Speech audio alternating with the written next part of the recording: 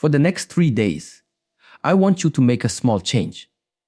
Not in your routine, not in your diet, but in your inner dialogue. The human mind is a relentless machine, a churning river of impressions, assumptions, and judgments. Left unexamined, it traps you in illusions so subtle you begin to believe that the voice speaking in your head is you. But here lies the most dangerous mistake, the assumption that every thought you have is real, that every narrative it spins is true, that the constant self-commentary reflects your deepest nature. It does not. That voice, so convincing and familiar, is a construction built from the past, from fear, from insecurity, and inherited beliefs. It is not your essence. It is not your will. It is only noise masquerading as identity. To escape this trap, you must begin with a simple but radical realization: you are not your thoughts. You are the observer.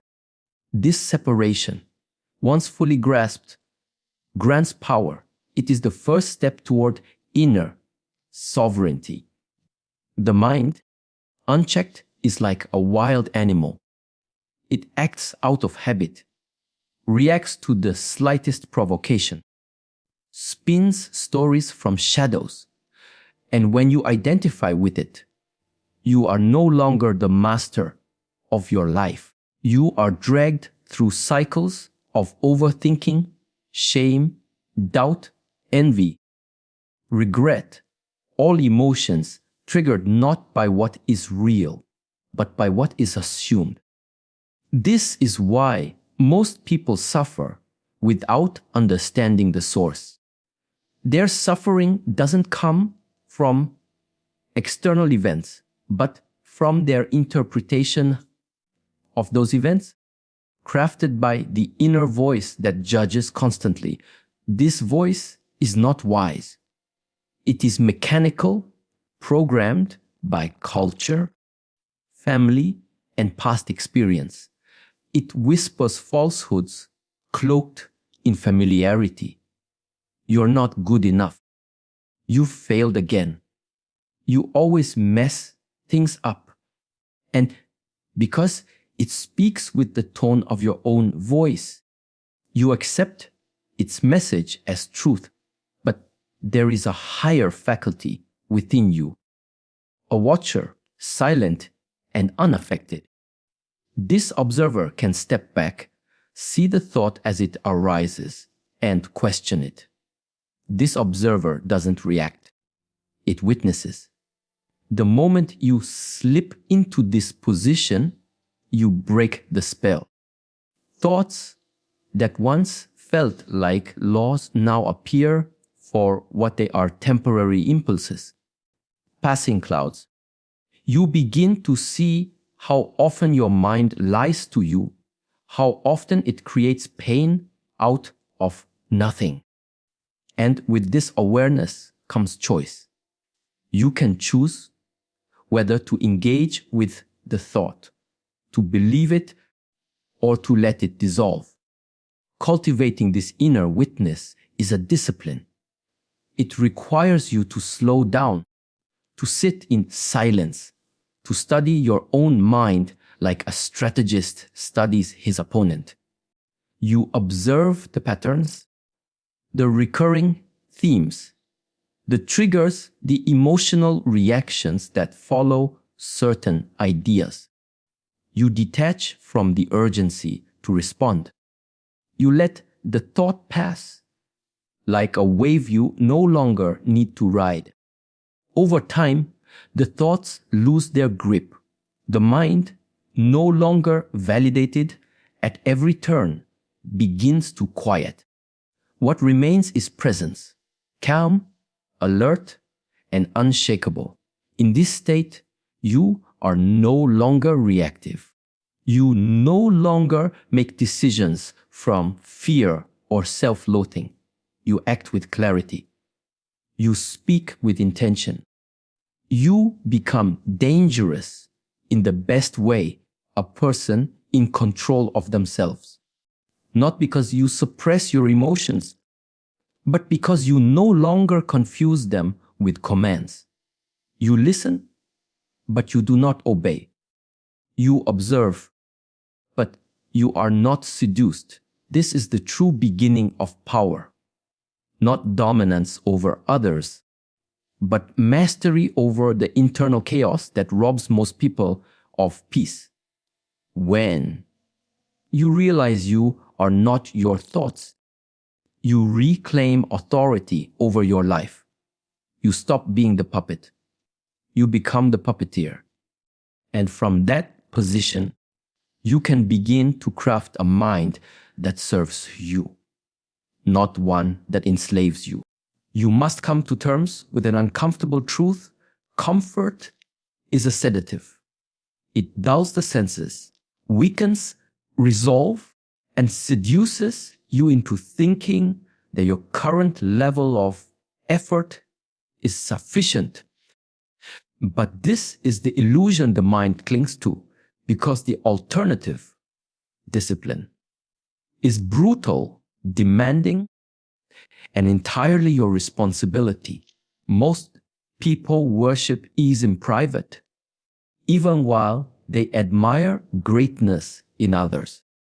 They want the crown, but not the training that earns it. They desire the outcome, but not the toll it demands. And so they build their lives on fragile foundations, routines dictated by mood, a discipline abandoned at the first sign of inconvenience. The human mind craves patterns. It is not naturally inclined toward growth. It is inclined toward survival. Left unchallenged, it will return to the familiar, even when the familiar is mediocrity. You see this in the way people speak to themselves when no one is listening. I deserve a break. It's been a hard day. I'll start tomorrow. These are not harmless thoughts. They are justifications. They are part of a quiet negotiation with weakness. And weakness always argues convincingly when the body is tired or the path feels uncertain. Discipline, by contrast, speaks in a different tone. It does not argue. It commands. It doesn't wait for motivation. It acts. It is a form of self-respect expressed through repetition. Not repetition of comfort, but repetition of the difficult, the boring, the strenuous. It is in this daily confrontation with difficulty that true power is forged. Greatness is not born in moments of inspiration. It is built in the invisible hours of persistent effort. When no one is watching, when the mind screams to stop, and you continue anyway. Understand that your internal dialogue must become militaristic in nature.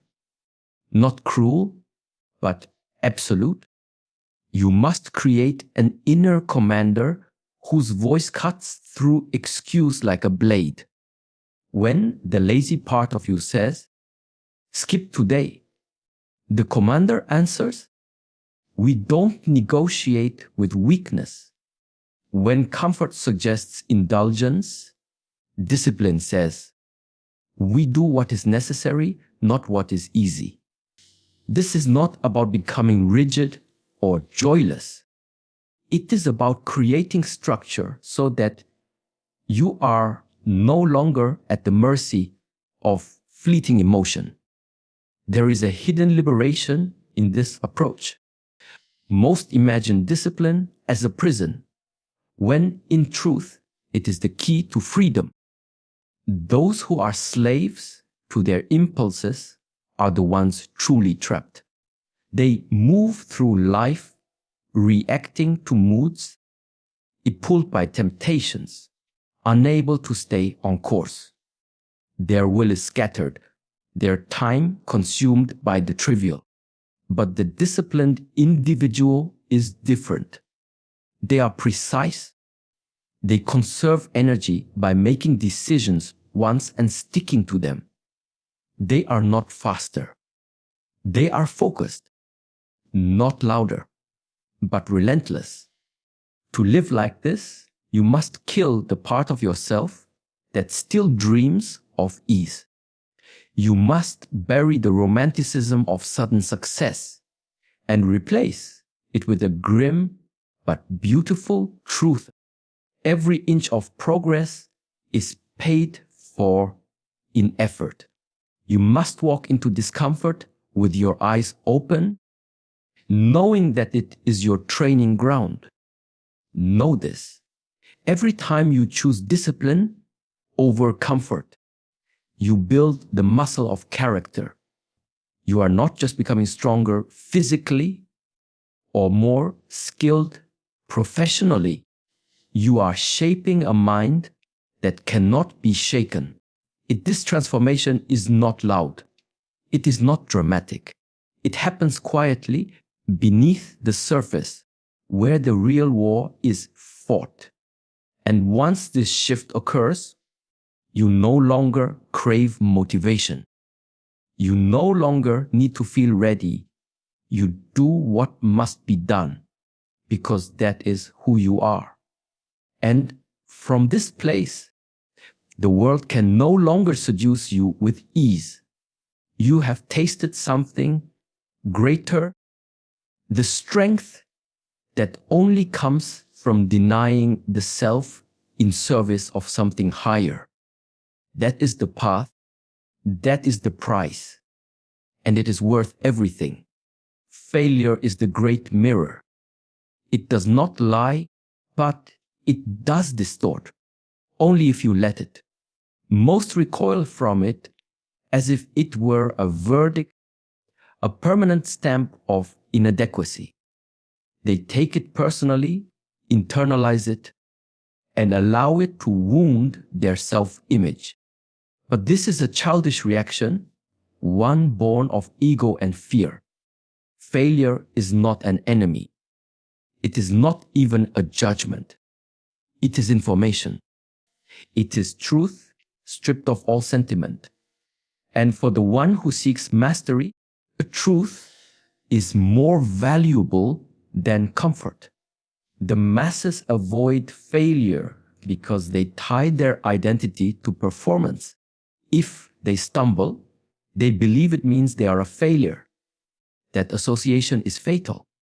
It causes paralysis. It makes them timid, hesitant, unwilling to test their limits. Instead, they operate only in arenas where success is guaranteed, where the risks are minimal and the praise easy to obtain. In doing so, they live behind a mask, never truly confronting who they are, what they could become. They prefer the illusion of competence over the discomfort of growth. But individual who is serious about transformation plays a different game. They separate the outcome from the self. When failure arrives, as it always does, they do not collapse. They analyze. They ask, where did I miscalculate? What pattern did I overlook? What assumption proved false? This is how they refine their judgment, their instincts, their craft.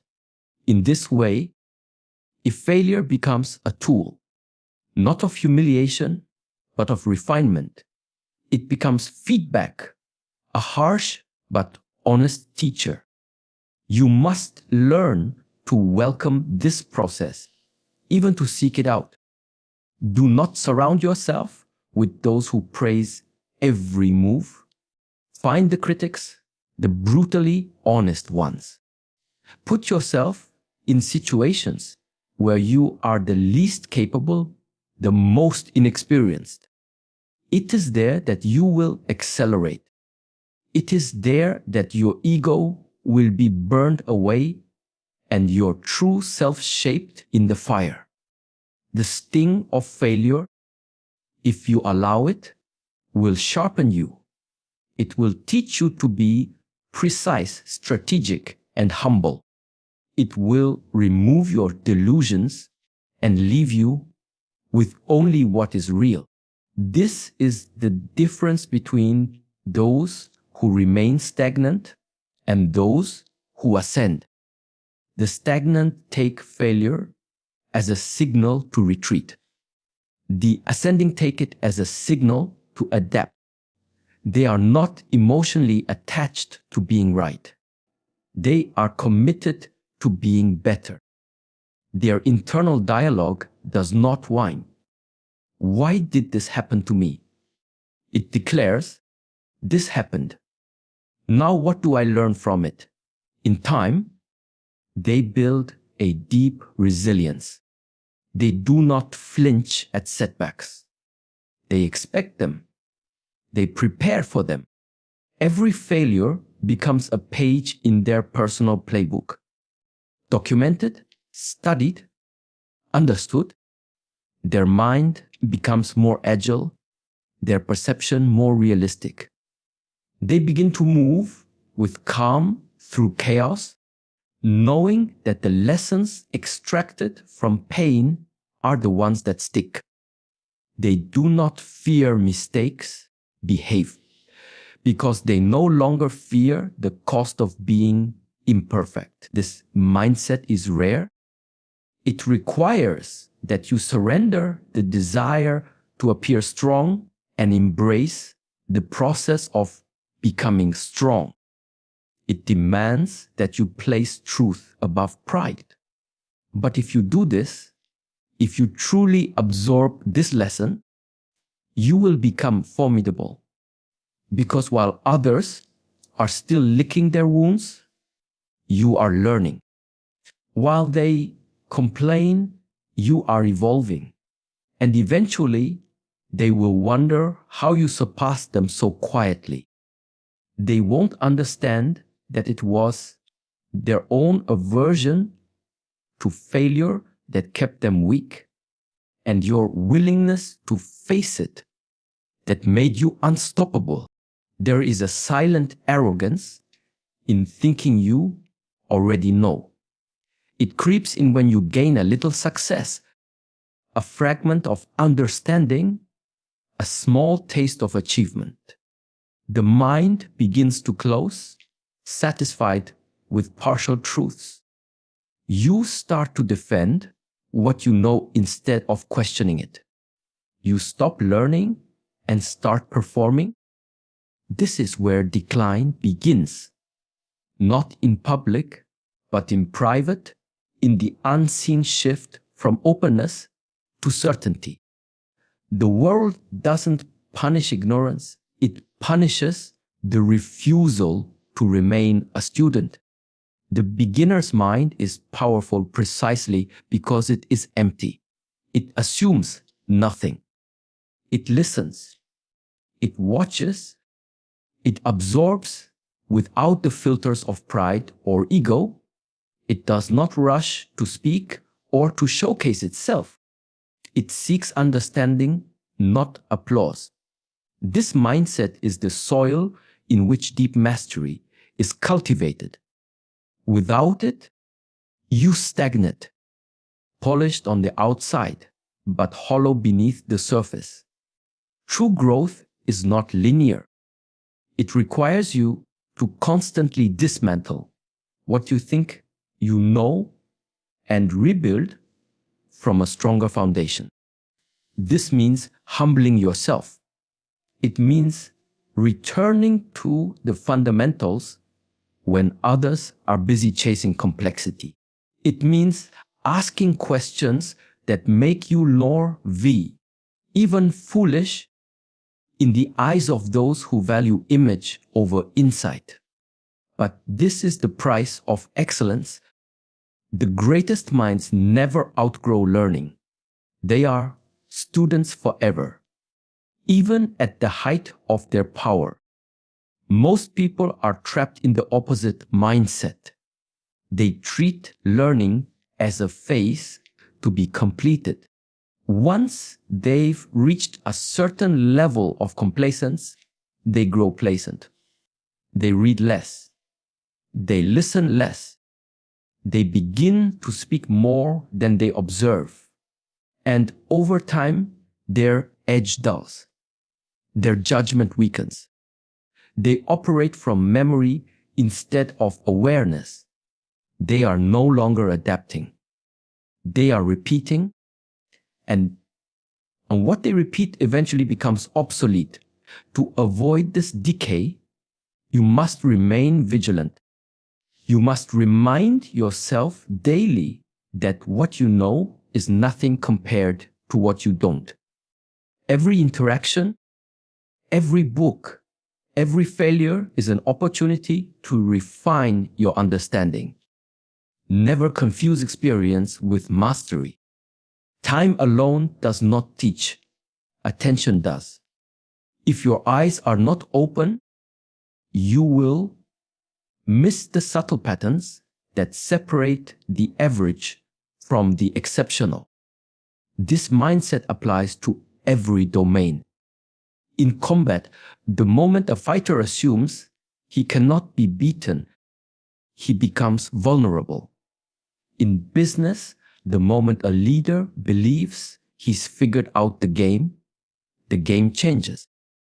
In relationships, the moment you believe you fully understand someone, you stop listening and connection dies.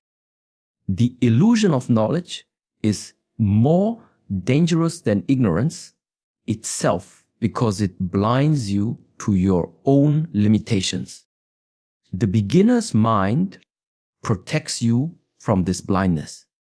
It demands that you stay humble, even when you're praised, curious even when you're confident. It urges you to view every person, every moment as a teacher. You begin to see that wisdom often hides in simplicity, that the truths most people ignore are the ones that matter most. You stop chasing novelty for its own sake and start mastering the basics with ruthless precision.